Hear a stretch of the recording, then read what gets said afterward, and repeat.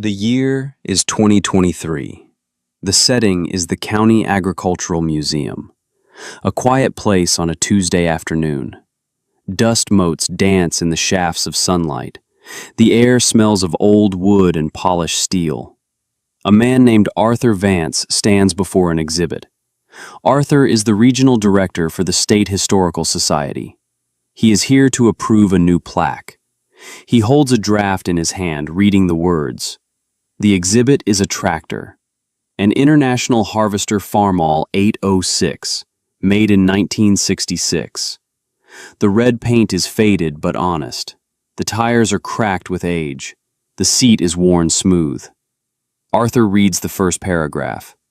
It details the tractor's specifications, its diesel engine, its 95 horsepower, its years of service on the Evans farm. He nods. Standard stuff. Then he reads the second paragraph, and he stops. He puts on his reading glasses. He reads the lines again, slower this time. His lips move silently. In the fall of 1997, the plaque reads, the farm's primary tractor, a John Deere 4455, suffered a catastrophic electronic failure. The dealership quoted the repair at $14,000, a sum the farm did not have. With harvest 2 weeks away, Sarah Evans pulled this Farmall from the back of a collapsed barn. It had not run in 15 years. With the help of a neighbor, she rebuilt its engine by hand. That year, this 1966 Farmall, valued at less than $1,000, brought in the entire harvest. It ran for 31 straight days. It never broke down. Not once. Arthur Vance stands very still. He looks from the words on the page to the old red tractor. He feels something he can't quite name. A gap had opened in the story of this place. A gap between a $14,000 computer and a simple machine made of iron. A gap between a woman who was told her farm was finished and the machine that disagreed. This is a story about that gap, and about the quietest, most ferocious battle there is. The battle against someone who is certain they know your limits. This channel tells the stories of people who were told no. People who looked at an impossible situation and found a way. If you believe those stories need to be told, subscribe to this channel.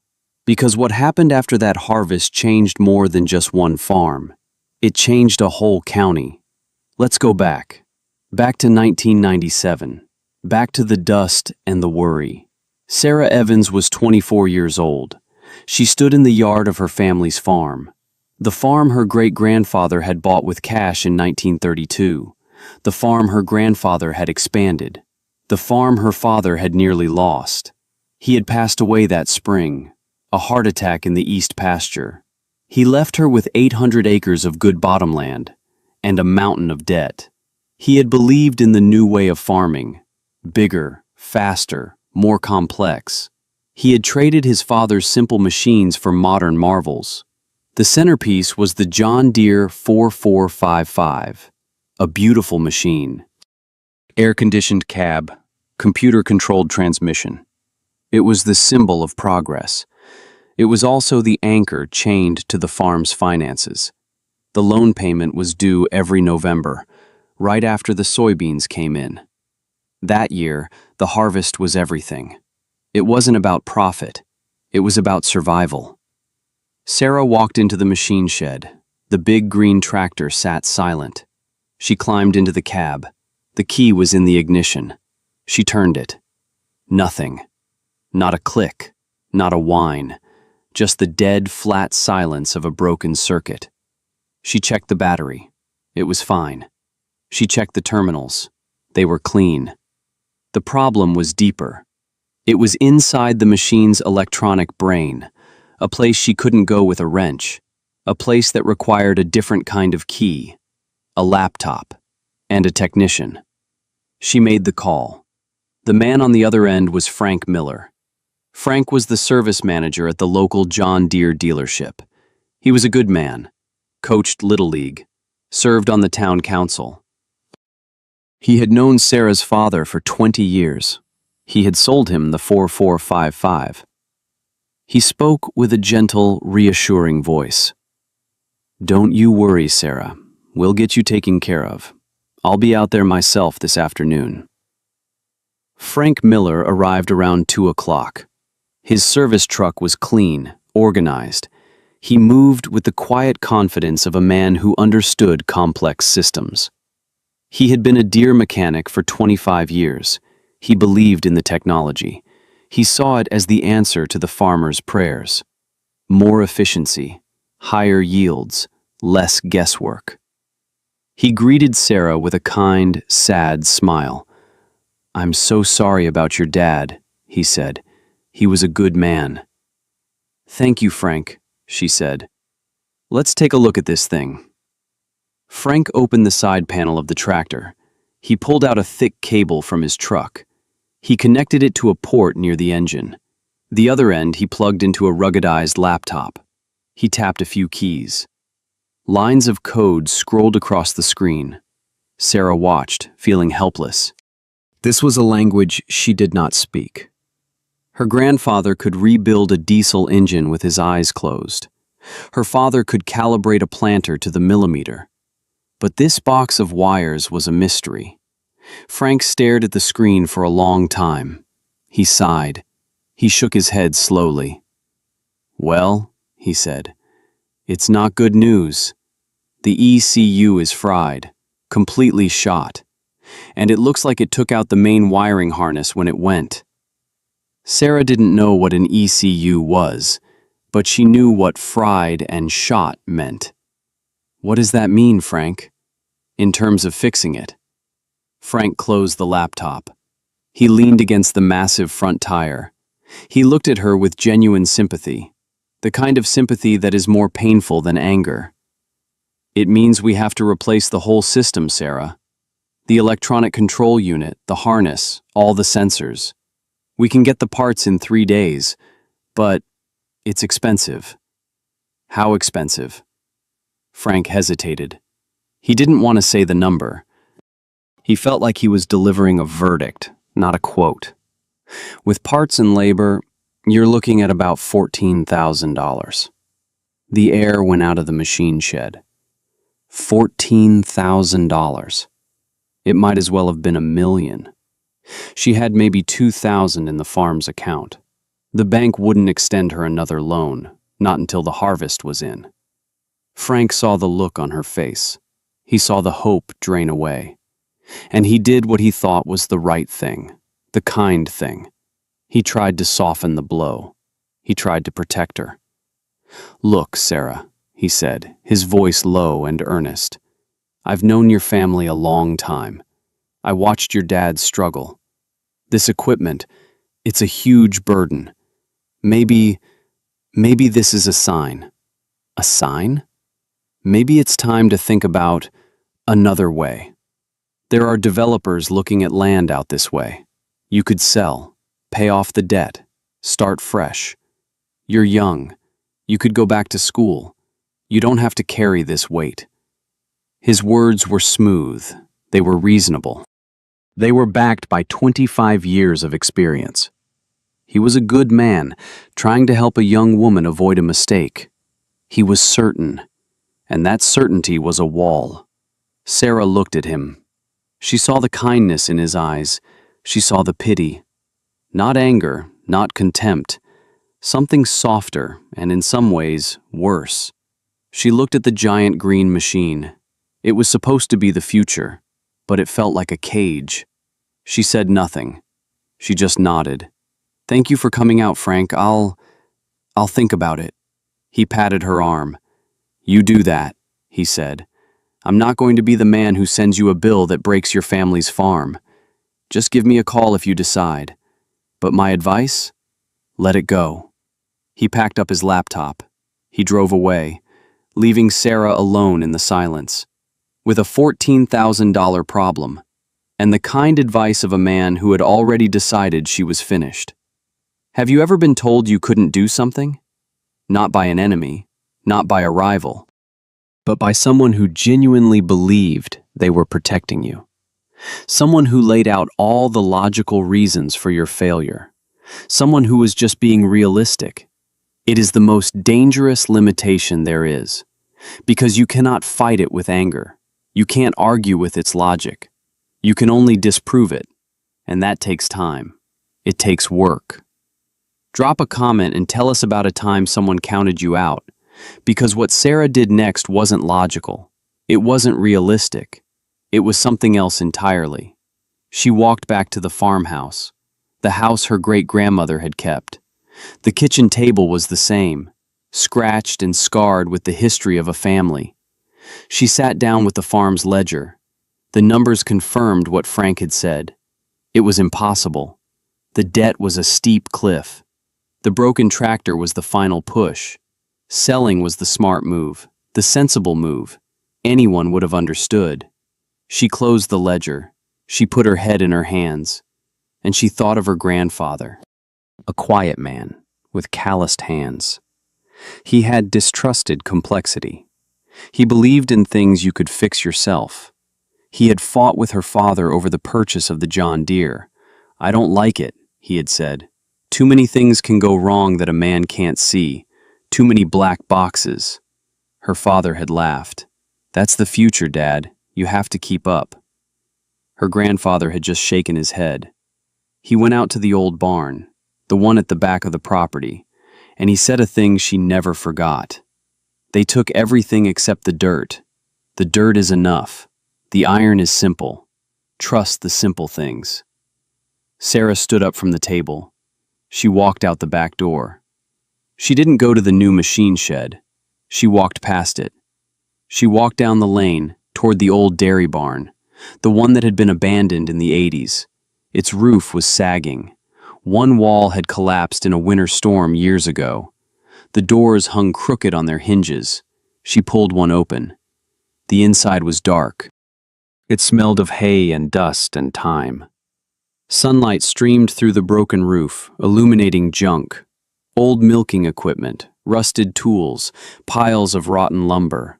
And in the back corner, under a heavy, oil-stained canvas tarp, a shape. The shape of a tractor. She walked toward it. The tarp was heavy. She pulled it back. And there it was. The 1966 Farmall 806, her grandfather's tractor, the last one he ever bought. He had called it the best machine he ever owned. It sat there, covered in a thick layer of dust and bird droppings. The tires were flat and cracked.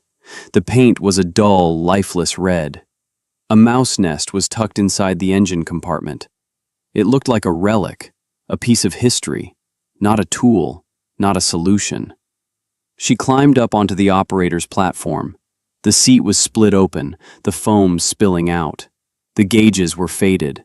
The steering wheel was bare metal, its plastic coating long gone.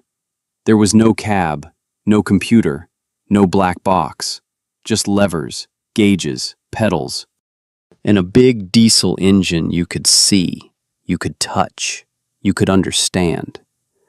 She put her hands on the steering wheel, and for the first time since her father died, she didn't feel helpless.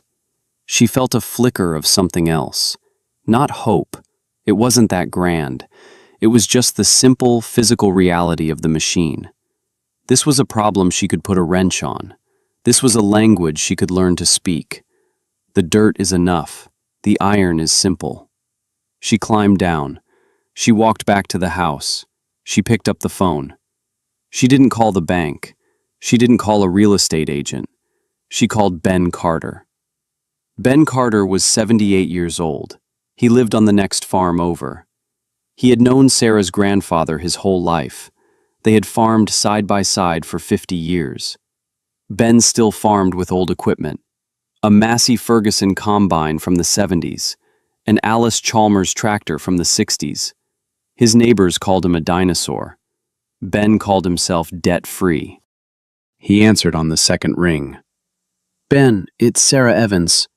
"I know who it is," he said. "What can I do for you, girl?" "I need your help.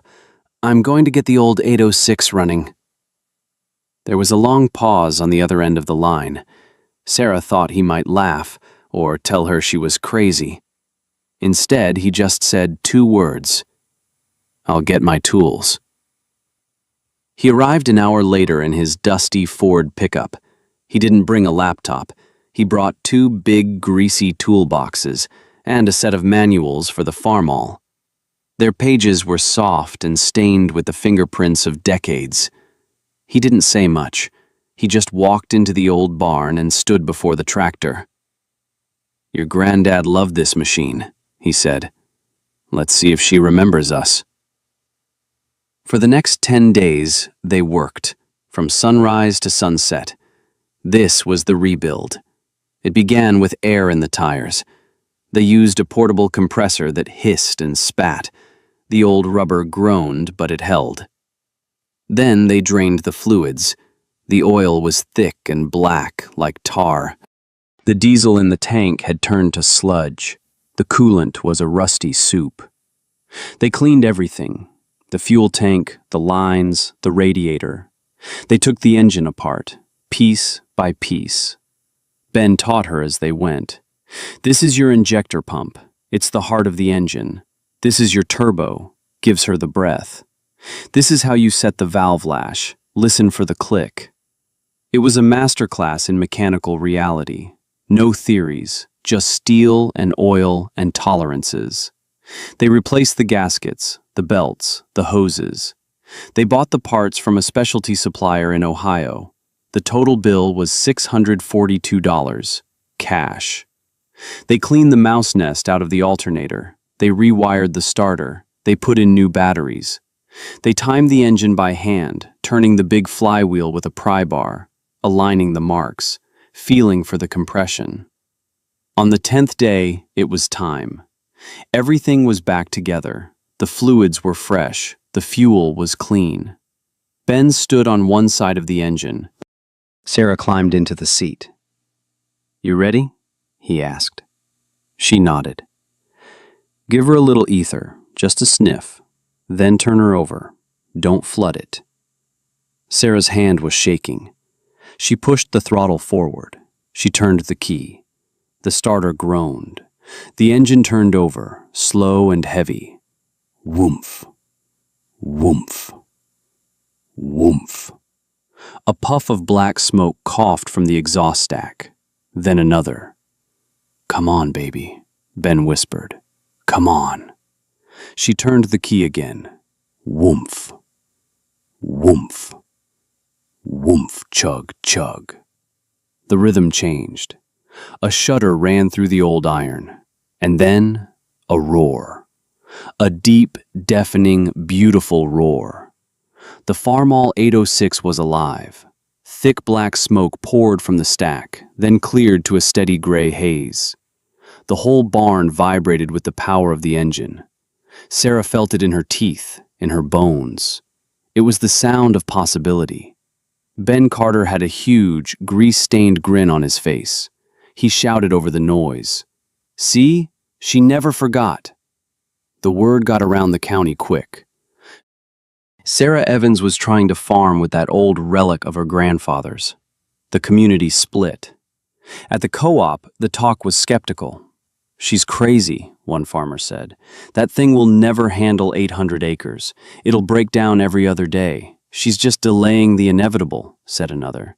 "She should have taken the developer's money." Frank Miller heard the news. He felt a pang of sadness. He drove past the Evans farm on his way home from work. He saw the old red tractor out in the field pulling a disc. It looked so small, so slow. He shook his head. "Poor kid," he thought. "She's just too stubborn to see the truth." But there were others who watched with a different feeling. The older farmers. The ones who remembered what it was like to farm without a computer. They saw the 806 running. And they didn't see a relic. They saw freedom. They saw a machine that a farmer could still own.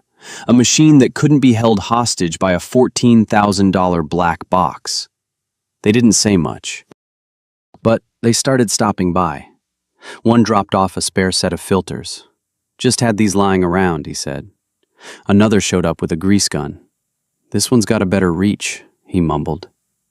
It wasn't charity.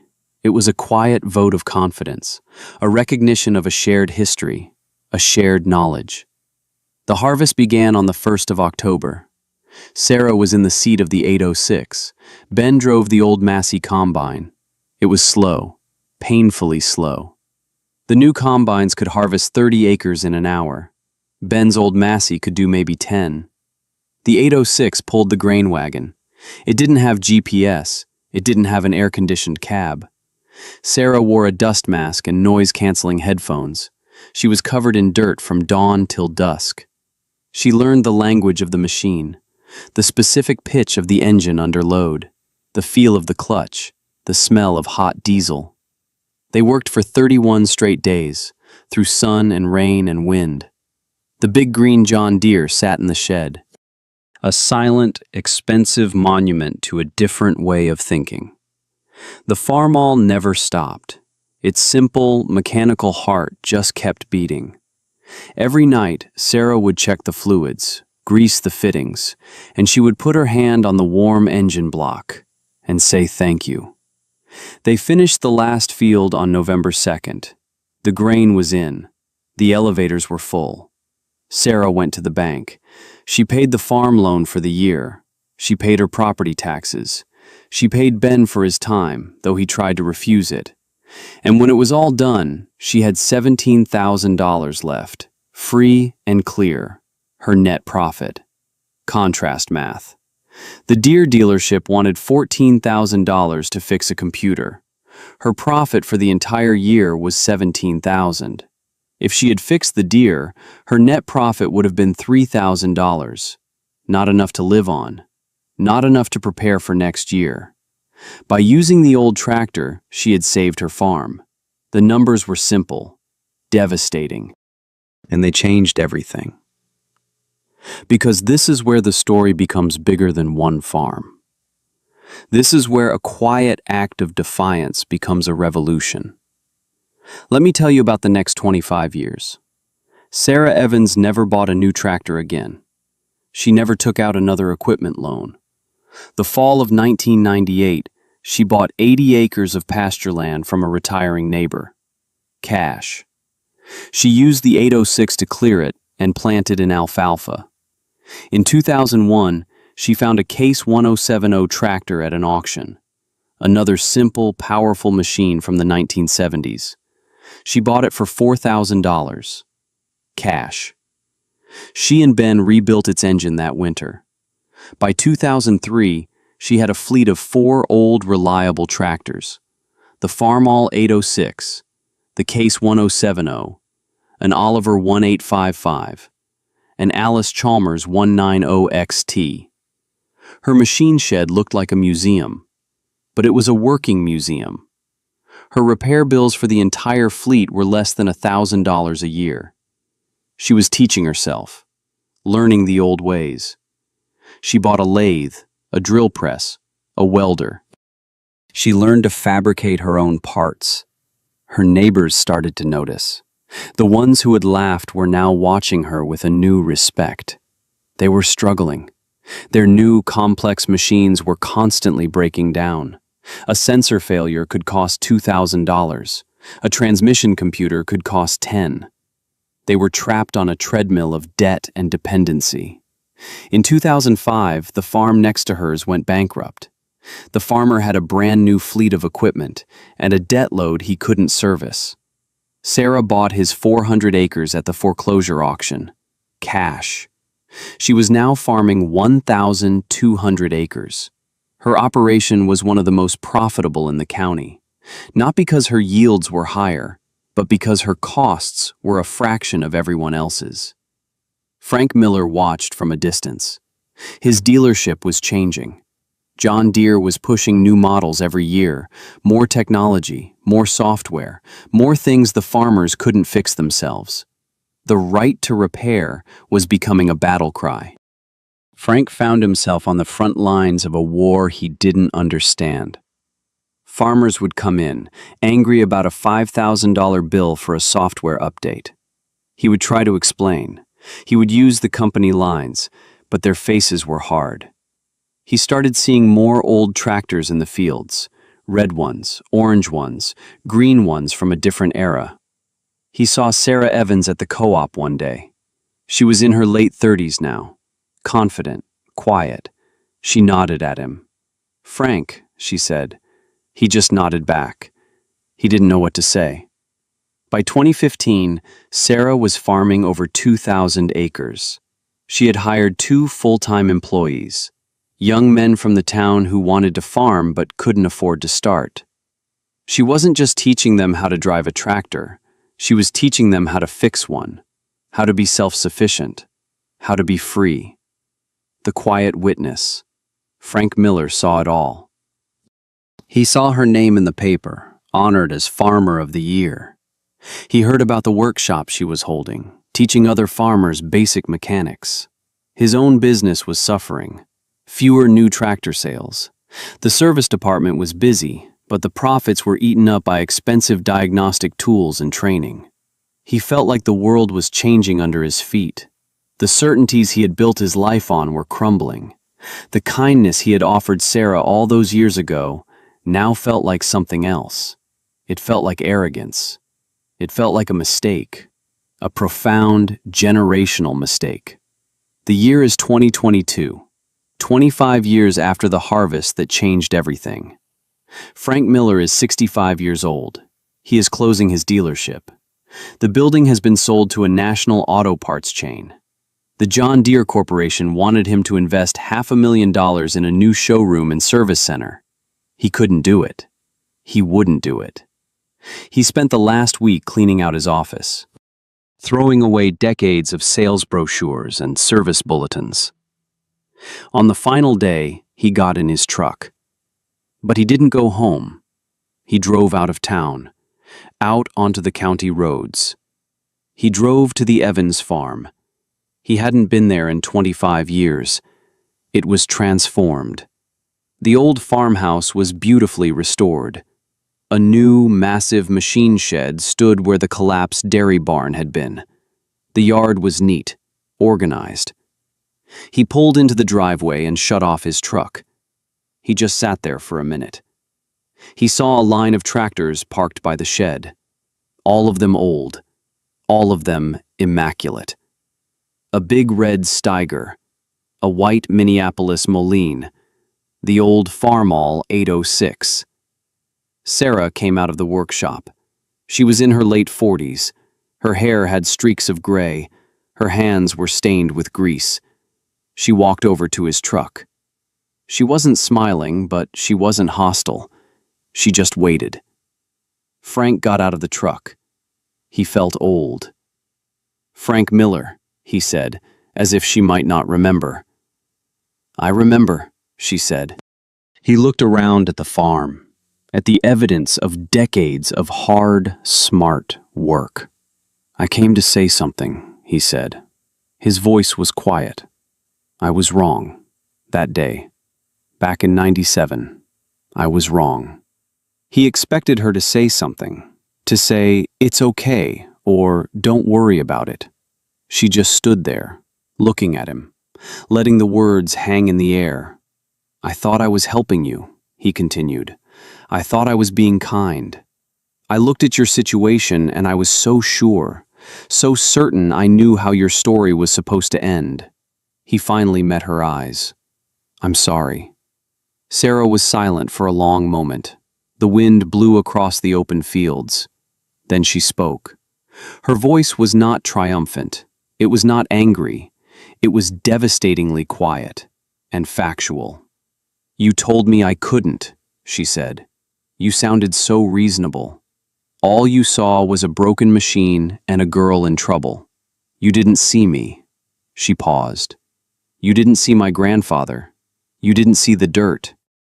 Proving someone wrong who thinks they're being kind is the loneliest fight there is. Frank had no answer to that. There was no answer. It was the simple, unvarnished truth. She looked over at the big, new shed. "I'm starting a co-op," she said, "teaching young farmers how to maintain their own equipment, how to stay out of the debt trap that you helped build. We're having our first class next month." It was not an olive branch. It was a statement of fact. A description of the world she had built in the shadow of his certainty. He just nodded. He got back in his truck, and he drove away. The reckoning was over. It had not been loud. It had not been dramatic. It had been a quiet conversation in a farmyard, and it was the most complete victory imaginable. The legacy of that one decision in 1997 is still growing. The Evans Farm Mechanical Co-op is now a model for rural communities across the country. It's a non-profit. Sarah Evans takes no salary. She has taught over 200 young farmers, men and women who would have been forced out of agriculture. She gives them the skills to compete, the knowledge to be free. One of her first students was a young man named Leo. He had inherited his family's small dairy. He was drowning in repair bills for his new milking parlor. Sarah taught him how to bypass the proprietary electronics, how to use simpler, more robust vacuum pumps. Leo's dairy is now thriving. Last year, he hired 3 people from his town. Another student, Maria, wanted to start a vegetable farm. She couldn't afford a tractor. Sarah helped her find and rebuild a 1950s Farmall Cub, a tiny, simple machine. Maria now runs a successful CSA, a community-supported agriculture program. She provides fresh food for 50 families. The ripple effect. It spreads. In 2018, Sarah established the Evans Family Scholarship. It doesn't send kids to a 4-year university. It pays for tuition at trade schools. For young people who want to become welders, diesel mechanics, electricians. So far, it has paid for the education of 14 students. 14 young people who are now the backbone of their rural communities. The ones who can fix things. The ones who have the knowledge. The policy changes followed. Inspired by stories like Sarah's, the state legislature passed a right to repair bill for agricultural equipment. It was one of the first in the nation. It requires manufacturers to provide farmers and independent mechanics with access to diagnostic tools, parts, and manuals. Frank Miller's old dealership is gone, but 3 new independent repair shops have opened in the county. They are thriving. They are hiring. They are run by people who believe in fixing things, not just replacing them. The triumph was not individual. It became systemic. It was never about one woman or one tractor. It was about an idea. The idea that knowledge is power. That self-sufficiency is the ultimate form of freedom. That the most sophisticated technology is not always the best solution. Today, the 1966 Farmall 806 sits in the county museum. It's not behind glass. You can touch it. You can climb up on the seat and put your hands on the wheel. Last week, a woman brought her granddaughter to see it. The woman was Sarah Evans. Her granddaughter, a girl of 10 named Clara, touched the faded red fender. "Did you really farm with this, Grandma?" "I did," Sarah said. "For a long time." "It's old," Clara said. Sarah smiled. "It's not old," she said. "It's simple. There's a difference." Back at the farm, in Sarah's workshop, a small object sits on her desk. It's a black plastic box, full of intricate circuits and wires. It's the fried electronic control unit from the John Deere 4455. She kept it all these years.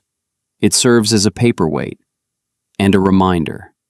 A reminder that the most expensive things are not always the most valuable.